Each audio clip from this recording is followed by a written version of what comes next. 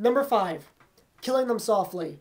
Andrew Dominik is well renowned for being a fantastic director, mainly because of his 2008 masterpiece, The Assassination of Jesse James by the Coward Robert Ford, and he proved that he is still a compelling filmmaker with this great work.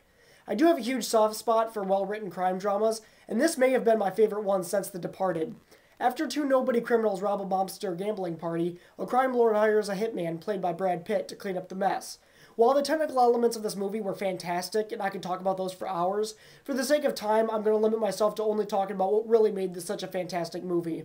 The movie portrayed crime in the United States as a business, which was not subtly done at all. It was very direct, and directly referenced by clips of different presidents talking over the radio when different criminal activities were taking place. It almost seemed forced at times, but it helped characterize and give depth to these seemingly meaningless characters and plot devices.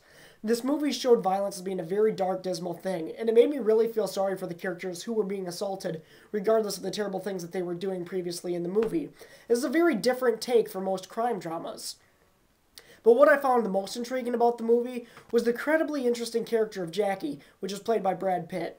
He was a criminal who made his living killing people, but he was disgusted when one of his colleagues tried to leave a restaurant without paying for his cup of coffee.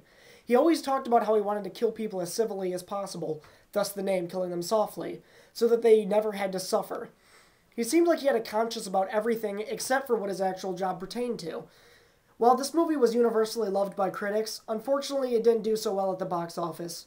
It was one of the worst marketed movies of the year, in my opinion. When people were expecting a mindless action flick, they received an intense crime drama that was too much for the casual moviegoer.